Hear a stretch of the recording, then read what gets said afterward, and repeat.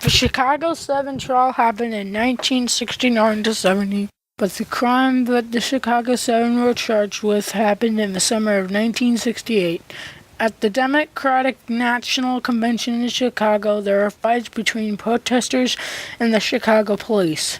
These fights were on television during the convention, and they made the city of Chicago and the police department look really bad. In 1968, a riot started at the Democratic Convention in Chicago, and 7 people were put on trial, convicted, and then proved innocent. In the streets of Chicago, police drove big tank-like vehicles with barbed wire around them. They used horses to control protesters who were on foot, and they used batons and tear gas on protesters who did not have any weapons. The people who were protesting the convention were not angels, but they did not have any weapons and were mostly college kids. It looked really bad to have the police doing all that roughing up of young people. Police also beat up reporters. That was really dumb, because then the reporters went and wrote about how rough the police were. Abbie Hoffman wrote in his book, Revolution for the Hell of It, "Thanks again to Mayor Daley for beating up Walter Cronkite." Before the election of 1968, there was a Democrat as Attorney General. His name was Ramsey Clark, and he thought the fights between police and protesters was a police riot, and that it was not the demonstrators' fault. But after the election of 1968, Richard Nixon became the president, and John Mitchell became his Attorney General. John Mitchell was against the protesters. He worked to call a grand jury to put 8 people on trial for the riots and fighting. This was obviously planned by the government, because the Chicago 8 were on trial at the same time as Chicago 8 policemen were on trial for rioting. The police were acquitted, all of them, and the Chicago 8 were found guilty of conspiracy. The most famous quote from the trial came from Abbie Hoffman. "Conspiracy? Hell, we couldn't agree on lunch." The 8 people called the trial were David Dellinger, Rennie Davis, Tom Hayden, Abbie Hoffman, Jerry Rubin, Bobby Seale, John Forrest, and Lee Weiner. All of these people were very different, and some of them didn't know each other. But they were accused of conspiring to riot, which means that they had a plot and a plan to disrupt the city during the Democratic National Convention way in advance. The oldest person in the Chicago 8 was David Dellinger. He was not a hippie or even a youth protester.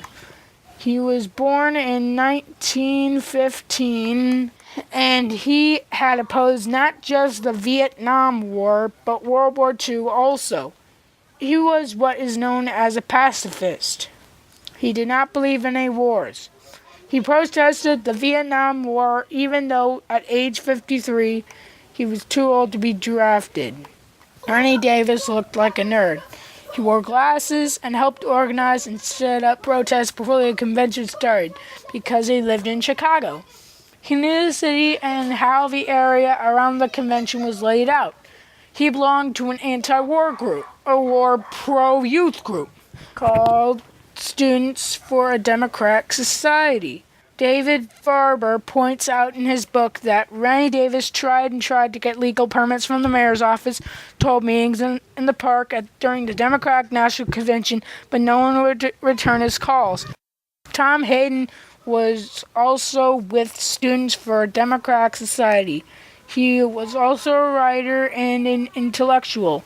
In 1962, Hayden had drafted the famous Port Huron statement about what the New Left believed. He was considered the voice of the Chicago defendants when their lawyers weren't talking for them.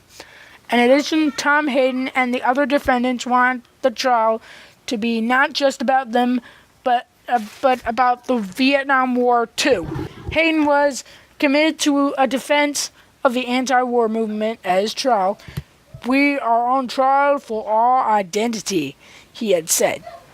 "We cannot resist illegitimate authority in the streets only to bow to it in the courtroom." Abbie Hoffman and Jerry Rubin were part of a group called the Yippies. They were hilarious. They didn't use this term back in the 60s, but the Yippies liked to party. They also liked to make fun of people who took themselves too seriously. The Yippies wanted to have a big music festival during the Democratic convention, which included sleeping in Lincoln Park. This was one way the city could say no to protesters, by not granting them a permit to spend the night in the park. Many protesters and Yippies got arrested because they were still in the park after 11 p.m. Hoffman and Rubin made a total joke out of the trial. Abbie Hoffman had the same last name as the judge and wore judicial robes in court one day. He told the court that he lived in Woodstock Nation and that as a child of the 60s he considered his birth year 1960. Someone mailed some marijuana to the defendants in the courtroom during the trial. The defendants all laughed. As far as the Yippies, Hoffman and Rubin were concerned, the trial was political theater, and they treated it like a big show, like it was a play to prove that the police and court were wrong and did not represent justice or American youth. Bobby Seale was the only African American and the only non-white in the Chicago 8. He was the one who was separated from the other defendants, so that they became the Chicago 7. He had the biggest fights with the judge of all the defendants. How close did he come to punching the judge in the face? It's hard to say. He wanted his own lawyer, who was out of commission with gallbladder surgery. The judge said he had to share a lawyer with the other defendants, and Bobby Seale got really mad and yelled at the judge and would not settle down.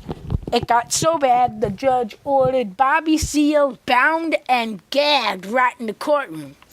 Finally, Bobby Seale was found guilty of contempt of court and his case was separated from the rest of the Chicago 8. Nobody talks much about John Foys and Lee Weiner. They were not charged with conspiring to riot like the other defendants. Their charge was that they made incendiary devices or stink bombs. They were very quiet during the trial, and they were acquitted by the jury, probably because they were not wild and crazy during the trial like Hoffman and Rubin. The jury decided they were not so bad and let them go free. All the people on trial plus their lawyers were found in contempt of court. That means they did not respect the judge or the authority of the law. You can go to jail for that. Were they in contempt of court? Yes, but they had reasons to be. They didn't respect the law because the law didn't respect them.